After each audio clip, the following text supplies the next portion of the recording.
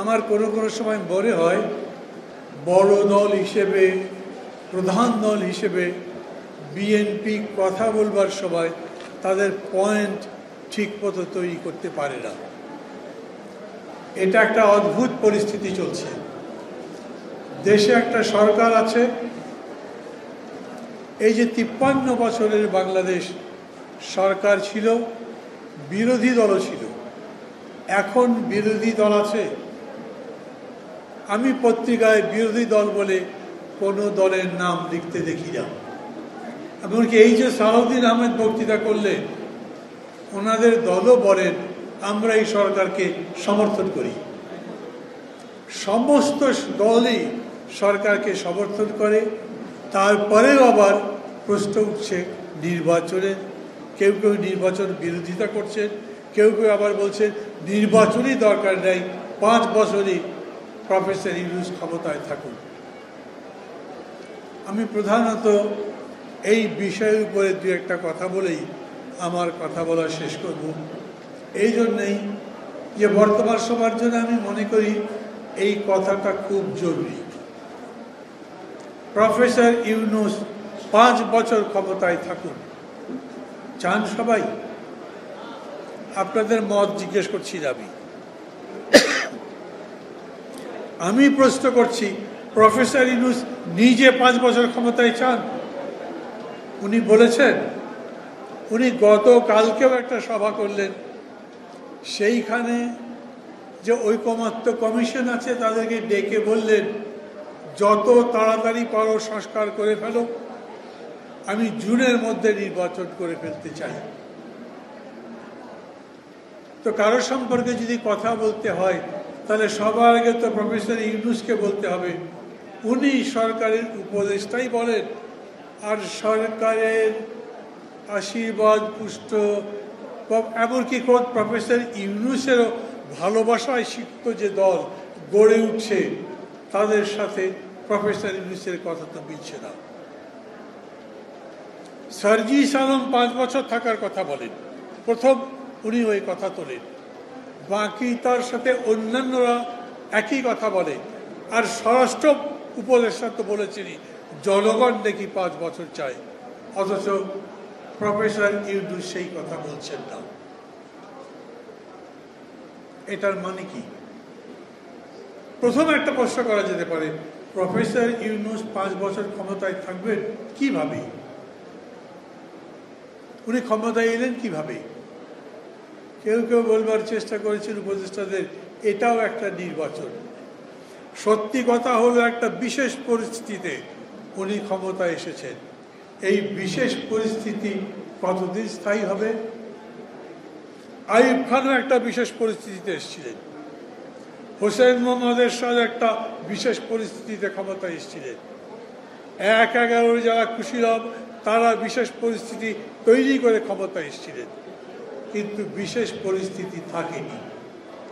আজকে যে পরিস্থিতি থেকে বিশেষ মনে হচ্ছে, 3 মাস পরে যখন সেই পরিস্থিতি বদলে যাবে, তখন বাংলাদেশের একমাত্র নোবেল প্রাইজ বিজয়ী ডক্টর মোহাম্মদ ইউনূস যদি সারা দেশের মানুষের কাছে সমালোচিত হয়, সেটা কি দেশের জন্য কল্যাণকর হবে? আমি মানি 8 মাস ক্ষমতায় থাকবার কালে বা দায়িত্বে থাকবার কালে দেশ মোটামুটি চলছে,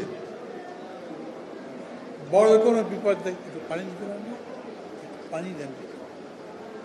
বড় কোনো দেশের মধ্যে বিপত্তি হয়নি।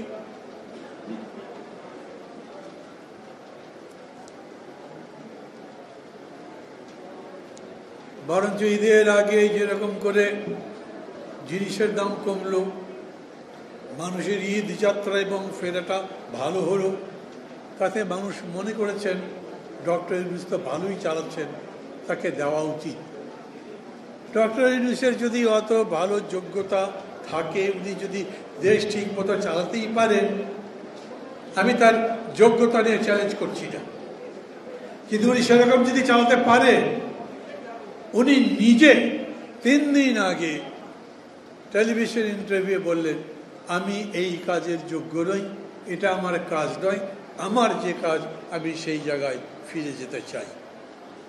বন্ধুগণ, আমি জানি না কারা এই বিশদ লেখালেখি করছেন, কারা এত বেশি করে কথা বলছেন, মানুষের কানে কানে দেবার চেষ্টা করছেন ভোটের দরকার নেই, ডক্টর ইউনূসকে আরো 5 বছর চাই।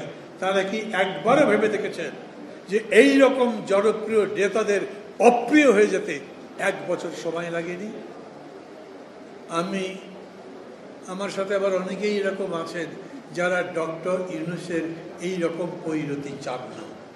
আর এই জন্যই আমরা বলি, যদি তাকে ক্ষমতায় রাখতে চান তাহলে বলেন তিনি একটা দল করুক, ভোট করুক, অত জনপ্রিয় থাকলে সবাই মিলে ভোট দেন, আবার 5 বছরের জন্য উনি ক্ষমতায় আসুক। আর যদি উনি ভোট না করেন তাহলে সবাই মিলে তাকে বলেন যত তাড়াতাড়ি পারেন ভালো একটা ভোট দেন, দিয়ে আপনি সম্মানের সাথে চলে যান। এটা রাজনীতির কথা বললে রাজনীতির কথা, এটা ভালো মানুষের কথা বললে ভালো মানুষের কথা, এটা ইউনূস সাহেবকে ভালোবাসেন এই রকম কোনো মানুষের কথা বললে তার কথা।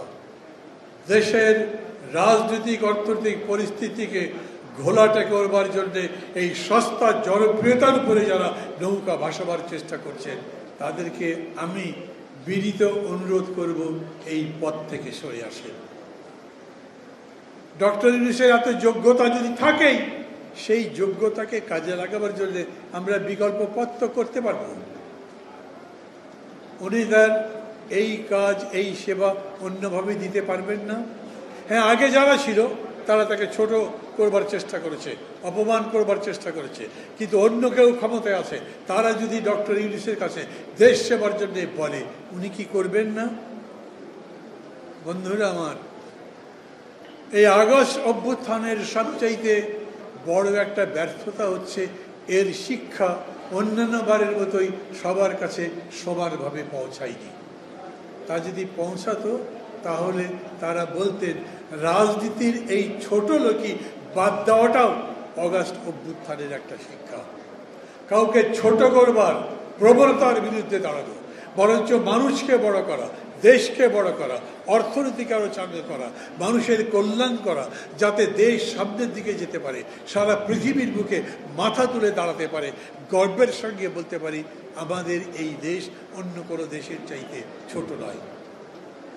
আমাদের এরকম মনে হতো না গত 15 বছরে প্রতিবেশী দেশের কাছে নতি স্বীকার না করলে, তাদের কথা না মানলে আমাদের এখানে ক্ষমতায় থাকা যাবে না, রাজনীতি করা যাবে না।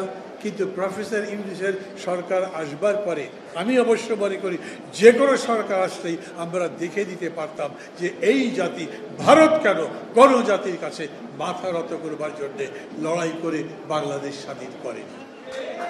আজও আমি একই কথা বলি, এই জাতি গণতন্ত্র নির্মাণ করবে, এই জাতি আরো সামনের দিকে যাবে, আমরা আমাদের দেশকে গড়তে পারবো, এবং আমরা যেরকম করে গণতন্ত্রের কথা বলি সেই রকম করে গণতন্ত্র নির্মাণের পথে যেতে কোনো বিঘ্ন হবে না।